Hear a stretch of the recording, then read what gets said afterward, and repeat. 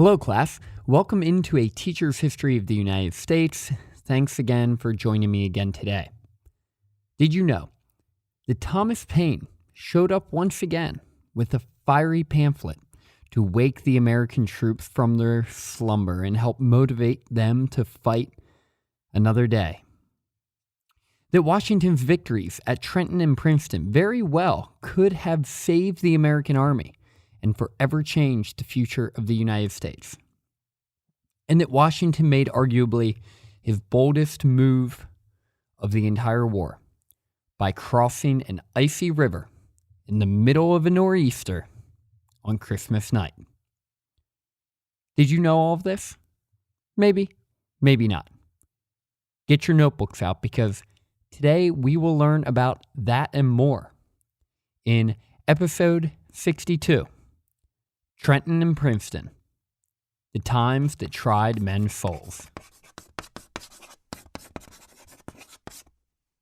All right, everyone, welcome into episode 62. I'm looking forward to getting started here today, talking about what Washington did right after he had formally retreated from New York.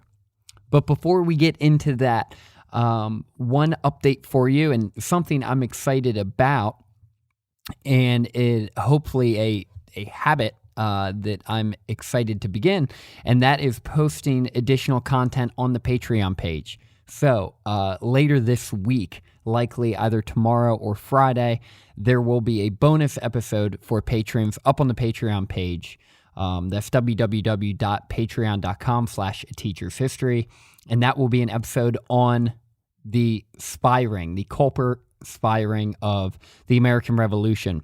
Talking about Nathan Hale last week inspired me to sit down and begin to write out an episode on the spies in the American Revolution and the impact that they have or had in the fighting. A few years ago, I read the book George Washington's Secret Six, The Spy Ring That Saved the American Revolution, and it was fantastic. So I'm going to be doing an extra episode on spying in the American Revolution. It will be up on the Patreon page. If you haven't signed up to be a patron yet, and you're interested in checking out this episode, please do that and let me know how it is. I'll be interested to hear your feedback. Additionally, moving forward, I will make a more intentional effort. I've been asked by a handful of people if I could give book recommendations, and so I will try to include them as often as I can in episodes. I won't be able to include one in every episode because I want to make sure that the book recommendations I give are books that I really like, and I don't want to give them just to give them. Over time, I'll be putting these up on the website, so you can check them out. I'll break them up by period of American history. All of these will be books that I've read, books that I personally endorse. All right, so let's get into it. When we left off last episode 61, George Washington was retreating across the Delaware River and into Pennsylvania. Lord Cornwallis was tasked with chasing this ragtag bunch and hopefully putting them out of their misery once and for all. With spirits low, popular support wavering, and the Second Continental Congress having abandoned Philadelphia, Washington was pretty desperate. And he knew that he needed to do something drastic, and it needed to work. But he also recognized that he had at least a little breathing room, as General Howe was likely going to turn south into southern New York, back into Manhattan, and take Fort Washington, and then travel over to take Fort Lee. Nathaniel Greene, who was in charge of the men at Fort Washington, convinced George Washington that Fort Washington could in fact be held. Believing Greene and actually buying into this idea that Fort Washington might be able to be protected against British forces, Washington allowed Greene to move forward with this idea, which may have been, in retrospect, one of the more obvious mistakes that Washington made during this war. Nathaniel Greene reinforced Fort Washington with 1,000 more men instead of retreating, and when he hunkered down for battle, Charles Lee said, quote, "Then we are undone." On November 14th, a British force of over 10,000 men surrounded Fort Washington, and Nathanael Greene was forced into an inevitable surrender. The Americans lost 150 men and over 2,800 captured.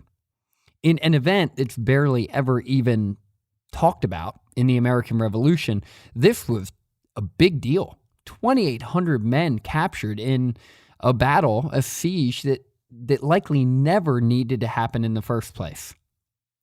The British then easily took Fort Lee after they crossed the Hudson, and they were able to gain numerous amounts of weapon and supplies from these two forts. It was at this point that Charles Lee was more or less at his wit's end with General Washington and what he perceived to be his incompetencies as a commander. I mean, Lee could not believe that Washington actually wanted to try to hold Fort Washington and Fort Lee. It just made no sense to him, and he believed that Washington needed to take 100% of the responsibility for these failures and not try to project them onto someone else. At this point, though, while Lee was steaming, Washington had other things on his mind, particularly the city of Philadelphia. Washington was incredibly worried about Philadelphia. He knew he needed to protect it. He figured, reasonably so, that the seizure of Philadelphia would be catastrophic to the American cause and a crushing blow to the spirit of revolution. Washington knew that the occupation of Philadelphia would be a crushing blow to the morale of not just the American troops, but the American citizens. Washington wrote that the British wanted to, quote, "spread themselves over as much country as they possibly can, and thereby strike a damp into the spirits of the people, which will effectually put a stop to the new enlistment of the army, on which all our hopes depend, and which they will most vigorously strike to effect." But while Howe was effectively staking claim to New Jersey and preparing for his eventual invasion of Philadelphia, he had a problem. Howe had spread himself a bit too thin across New Jersey. While many loyalists came out of the woodwork to support the British cause initially, based on promises of pardon and preferential treatment, Howe had a catch-22. Now that these people have come out and sworn allegiance to the crown, he had to protect them. While at the same time, his occupying army was also requisitioning their grain and their cattle in order to continue to survive and keep fighting. Howe would give these people IOUs, more or less, but you can imagine how unpopular this made his men and begin to slowly once again reinforce feelings of an occupying enemy force in many areas of New Jersey. But meanwhile, while Howe is dealing with these social challenges of trying to lead an army in a, foreign land, you could say, Washington was sitting in Pennsylvania in between him and Philadelphia with just over 3,000 men. Now, keep in mind, this is after he already lost somewhere between 1,500 and 2,000 men the previous month on November 30th when their enlistments ran out, and he had a whole lot more enlistments that were going to run out at the end of December. As Cornwallis was catching up to Washington after his retreat from New York, Howe told him to wait so he could bring his men up to meet Cornwallis. Additionally, he sent General Clinton to take Rhode Island for what now seems to be a fairly pointless adventure into Providence, because the whole point of taking Rhode Island was to provide a platform for the invasion of New England, which never actually happened. Because of these delays, Washington was able to safely cross the Delaware River into Pennsylvania and attempt to plan his next move. Once again, as we know, he lived to fight another day. While Washington was sitting in Trenton in early December, Howe decided to kick his feet up and dig in for winter. Washington, still afraid that Howe might eventually do something that would put him on the defensive and threaten Philadelphia, pleaded for General Lee to come south and join him. But initially, Lee refused. Lee recognized that a revolutionary fight was contingent upon the support of the citizens. Therefore, he spent his time in northern New Jersey, New York, and Connecticut, drumming up as much support for the cause as he could while drowning out any Tory agitation he came across. This is the one thing that Lee recognized earlier than Washington about this Revolutionary War. It was not a war about location, a war about post, or a war about taking any cities. And the British would have been wise to have led or have followed Lee's example, because instead this was going to be a war about ideas, passion, and local militia support. On top of all of this, while Lee thought it was prudent to try to drum up support in this way, he also did not send his troops down or travel down to join Washington because he was still holding out. He was convinced that it was becoming obvious to everyone, soldiers, citizens, and congressmen, that Washington clearly was not cut out for this job, and that Charles Lee was a much more qualified and effective general.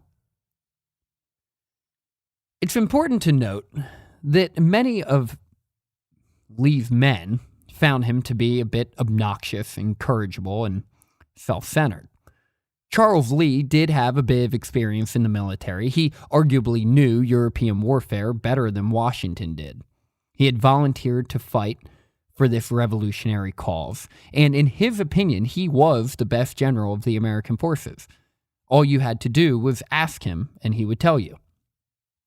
He didn't really get along with many people. He never deferred to his subordinates, and he demanded to be paid as general of the army, which, remember, Washington did not. Eventually, though, General Lee did decide to slowly move south to join Washington, but he was captured. On his trip down, Lee strayed too far from his men, seeking comfortable lodging at a tavern. He had a group of a couple dozen security detail, more or less, with him, but this was a critical mistake, because some British troops led by Bannister Tarleton, who we will be revisiting later in the war, were able to gain intelligence that Lee was there, and they captured him, taking him as a prisoner of war. Tarleton was ecstatic. After capturing Lee, he said, quote, "We then forded a river, approached Hillsborough again, and gave each other congratulations with every symptom of joy. This is a most miraculous event. It appears like a dream." Lee would later be released in a prisoner exchange, but we'll cover this again in a future episode. Things won't end too well with him in a disastrous battle in the Southern Campaign. But we'll get back to that. The American troops were crushed when they heard about the capture of this great general, and the British were overwhelmingly enthused. At this point, with his army at about 5,000 strong, or weak, I guess you could say, hearing the news of the capture of General Lee created an even more crestfallen attitude in camp. Recognizing that Philadelphia was more or less available to the British and enlistments coming up at the end of the year, Washington was in a tough spot. Although the Patriots had their backs up against the wall and were seemingly desperate, General Howe still offered a general pardon and amnesty to all those who surrendered, trying to end the war effort as peacefully as he could. Congress recognized their fate would be determined if they stayed in Philadelphia and abandoned the city on December 12th and fled to Baltimore, turning over all military control to General Washington in the meantime. And just as all seemed lost for Washington, two major events began to turn the tide. With his impeccable timing, Thomas Paine, once again, flew in to save the day, publishing The American Crisis. The second was that the British delayed again, and Howe did not aggressively pursue Washington. But let's get back to Thomas Paine and this new pamphlet, American Crisis. As a volunteer under Nathaniel Greene, Thomas Paine now had first-hand experience on the front lines of battle, and he parlayed that into a manifesto. On December 23rd, he released the first of 13 pamphlets intended to re-energize the American troops and remind them why they're fighting in the first place. It's an incredibly powerful piece of writing, and I'd like to read some of it to you now. It begins, "These are the times that try men's souls. The summer soldier and the sunshine patriot will, in this crisis, shrink from the service of their country. But he that stands by it now deserves the love and thanks of man and woman. Tyranny, like hell, is not easily conquered. Yet we have this consolation with us, that the harder the conflict, the more glorious the triumph. What we obtain too cheap, we esteem too lightly. It is dearness only that gives everything its value. Heaven knows how to put a proper price upon its own goods, and it would be strange indeed if so celestial an article as freedom should not be highly rated." Thomas Paine continues towards the end of this pamphlet. And by the way, I'd like you to imagine Washington reading this to his men prior to the Battle of Trenton to re-energize them and motivate them to continue to fight. Here's the last passage from Paine's first pamphlet. "I thank God that I fear not. I see no real cause for fear. I know our situation well and can see the way out of it. While our army was collected, Howe dared not risk a battle. And it is no credit to him that he decamped from the White Plains and waited a mean opportunity to ravage the defenseless Jerseys. But it is great credit to us that, with a handful of men, we sustained an orderly retreat for near 100 miles, brought off our ammunition, all our field pieces, the greatest part of our stores, and had 4 rivers to pass. None can say that our retreat was precipitate, for we were near 3 weeks in performing it, that the country might have time to come in. Twice we marched to meet the enemy and remained out till dark. The sign of fear was not seen in our camp, and had not some of the cowardly and disaffected inhabitants spread false alarms through the country, the Jerseys had never been ravaged. Once more we are again collected and collecting. Our new army at both ends of this continent is recruiting fast, and we shall be able to open the next campaign with 60,000 men, well armed and clothed. This is our situation, and who will may know it. By perseverance and fortitude, we have the prospect of a glorious issue.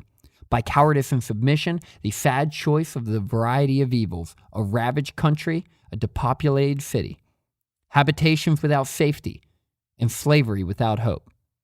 Our homes turned into barracks and bawdy houses for Hessians, and a future race to provide for, whose father we shall doubt of. Look on this picture and weep over it. And if there yet remains one thoughtless wretch who believes it now, let him suffer unlamented."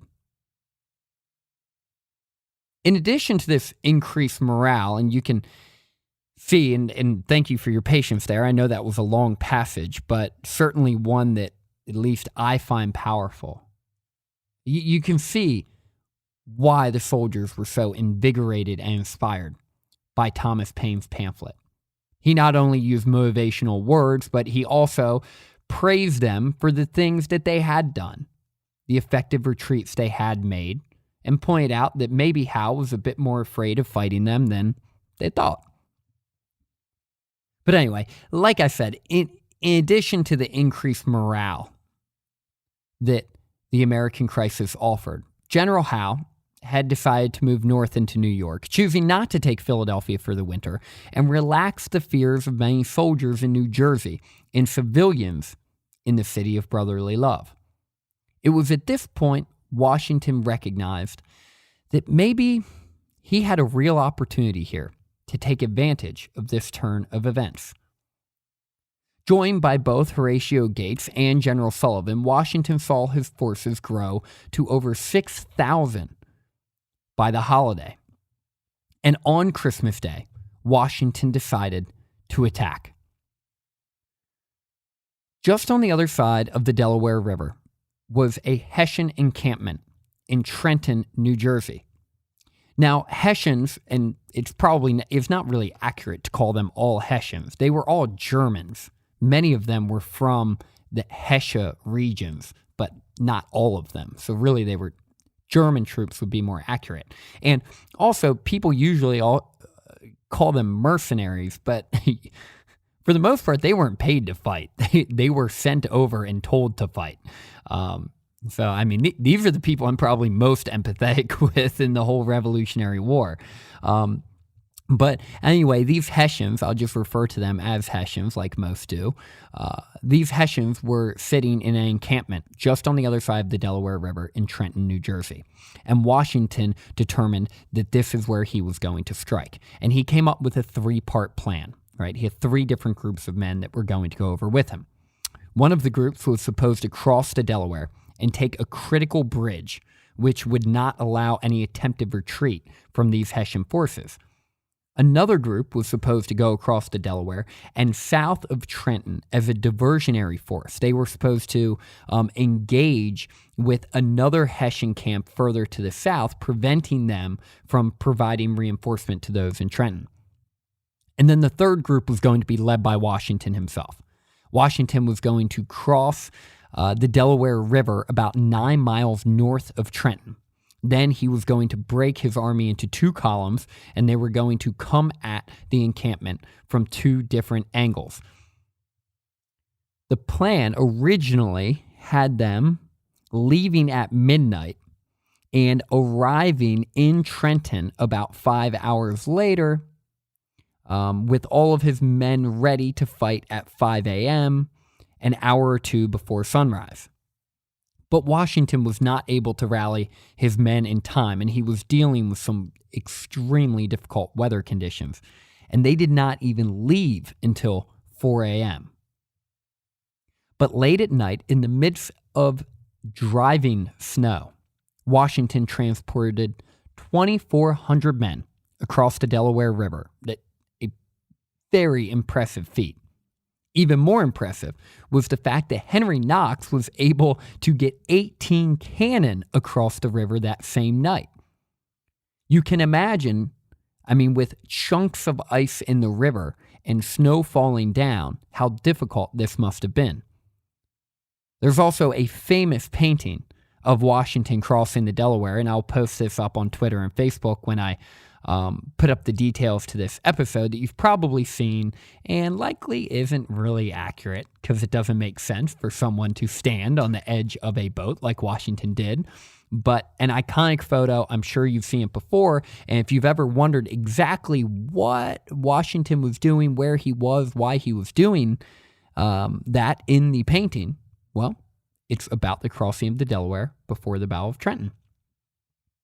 As Washington and his men struggled to cross the Delaware River, Washington did not realize that the other 2 forces that he had sent out, one to take the bridge and then the other diversionary force, were not going to be executing their orders because they could not get across the river at the areas where they were supposed to cross. So Washington and his men arrive around 8 a.m.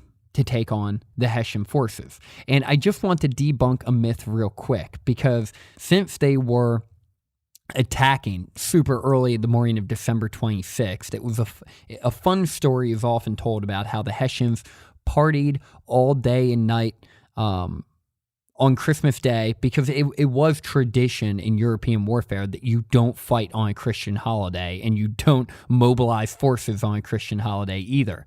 So it's a fun story to be told that the Hessians were drunk and they were partying, but by all accounts, that wasn't really the case, or at least it doesn't seem to be the case.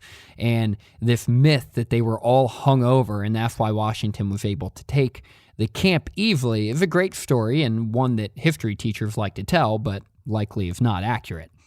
It wasn't any type of booze-induced fog or searing headache that led the Hessians to be ineffective against Washington, as both of his columns actually arrived at the same time, around 8 a.m., but it was probably just the fact that it was cold as hell in the dead of winter and they were tucked in their tents trying to stay warm and still sleeping when Washington and his men arrived. Drunk or sober, you're going to be a bit behind the eight ball in that situation. As the Hessians did wake up and start to quickly mobilize, surrounded by Washington and his men, they were dumbstruck with what to do next. As the Continental forces attacked, some of these men screamed at the Hessian camp the refrains of Thomas Paine. Quote, "This is the time to try men's souls." They were able to surround and overwhelm the scrambling Hessian forces in just 1 hour. Only 2 Americans died during this process, and they both died on the march. Who would have thought that the 9-mile march down to Trenton would have been more dangerous than the battle itself? The Hessian forces suffered about 30 casualties and surrendered over 900 men. December 26th of 1776 was Washington's first real victory in the War for Independence, and now he needed to figure out how to parlay that momentum and keep building on it. Also, quick fun fact about the Battle of Trenton. Both Alexander Hamilton and future President James Madison fought in this battle.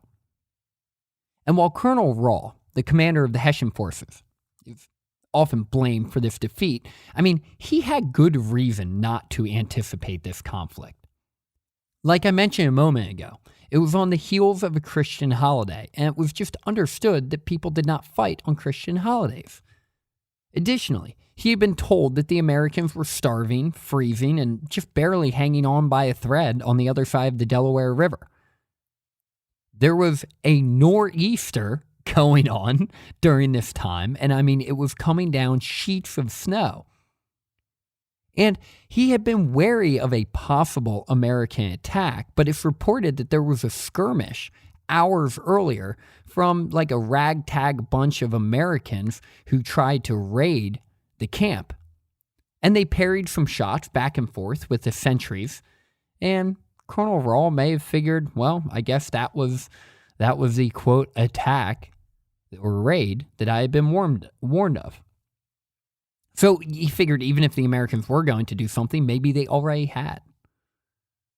Either way, it was a wild success for Washington, and really his first experience in embracing guerrilla tactics. While his men urged him to then go south and press his advantage into Burlington, New Jersey, Washington was still a bit too conservative. He recognized his men were exhausted, and he didn't want to press his luck. He traveled back across the Delaware River, which ended up really losing his opportunity to immediately capitalize. But in between the 26th and New Year's Eve, he decided to go back across the Delaware into New Jersey and occupy the town of Trenton. While Trenton was a clear and decisive victory for Washington, it shouldn't be overlooked how big of a risk he took in crossing the Delaware and confronting this Hessian garrison. If Washington had not been accurate in his assessment of Hessian preparation, or lack thereof, he would have not been able to execute his specialty, a speedy retreat. He would have been stuck, and he would have had no choice but to either go down fighting or surrender, which could have ended the war right then and there. As New Year's approached, Washington implored his men to please stay in for this and keep fighting, at least through the winter. While his impassioned speech didn't keep all of his men, he was able to maintain about 3,000 of them. Combining that with other forces from the region who were joining Washington, he found himself with about 5,000 men waiting for the inevitable British force to march south and engage him in battle after they heard news of his raid on Trenton.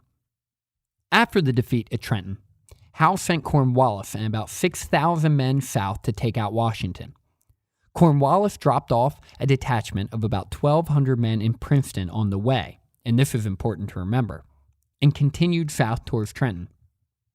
As Cornwallis confronted the American forces in Trenton, he noticed that a creek separated the armies, and when he wasn't able to get past the creek after a few attempts, thanks to Henry Knox and his cannon, he camped for the night.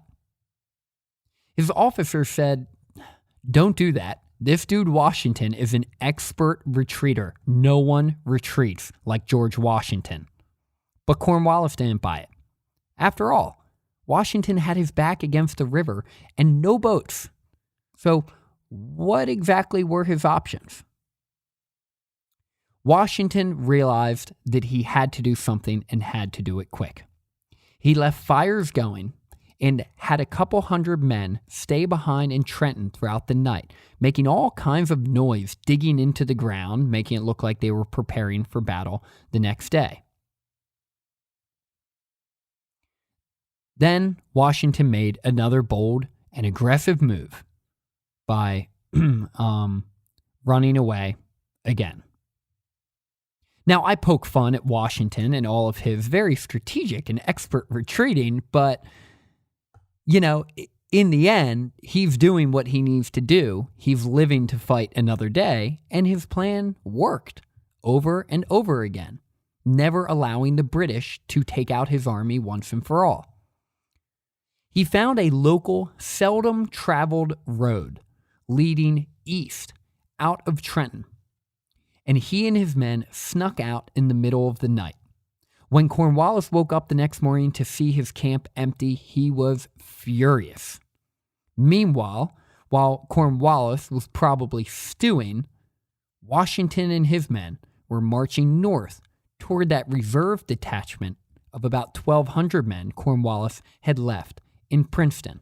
The men that Cornwallis had left in Princeton had begun to travel south to join him at Trenton when they ran into Washington and his American forces.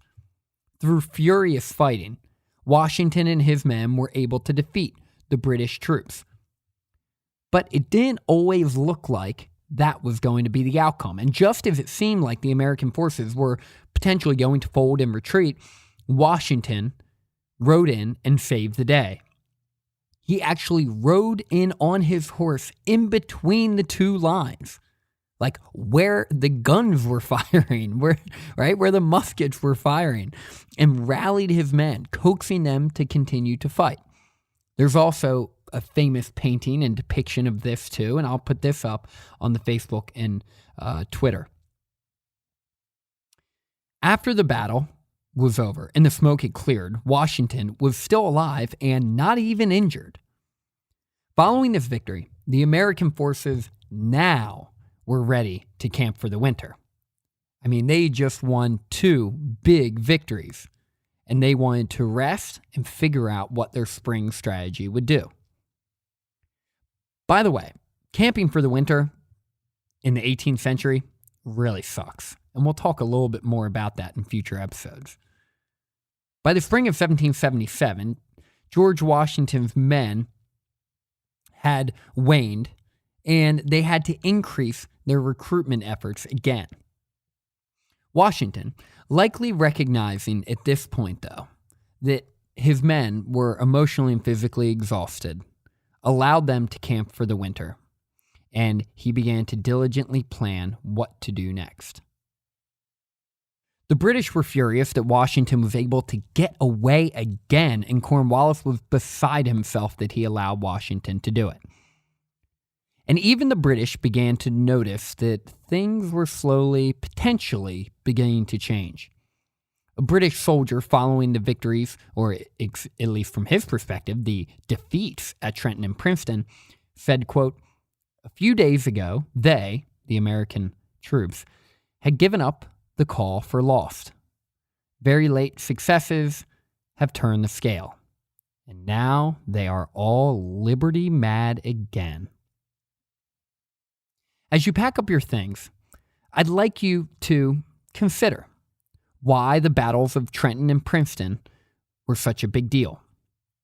While they were not enormous victories on paper for the Continental troops, it cannot be overstated how important this potentially was for the survival of the American forces and their eventual victory. Heck, it can be argued, and has been argued by many historians, that the victories at Trenton and Princeton were more valuable and impactful in determining the survival and eventual victory of the American forces than even the battles of Saratoga. Next episode, we will dive in a little bit about the winter of 1777 and the spring campaign in which George Washington was unable to parlay all of his momentum from Trenton and Princeton into any real tangible victories in 1777. Howe takes the upper hand again. He'll end up taking Philadelphia, and he'll push Washington back onto his heels. Thanks for listening, and hopefully now you can take pride in knowing just a little bit more about the history of the United States.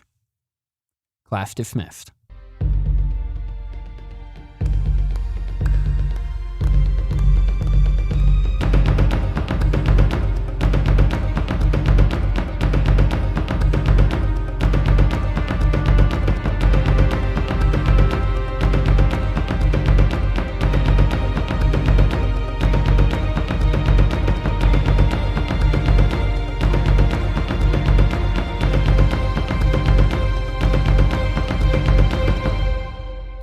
My book recommendation for this week is 1776 by David McCullough. It is a fantastic book, one of my all-time favorites.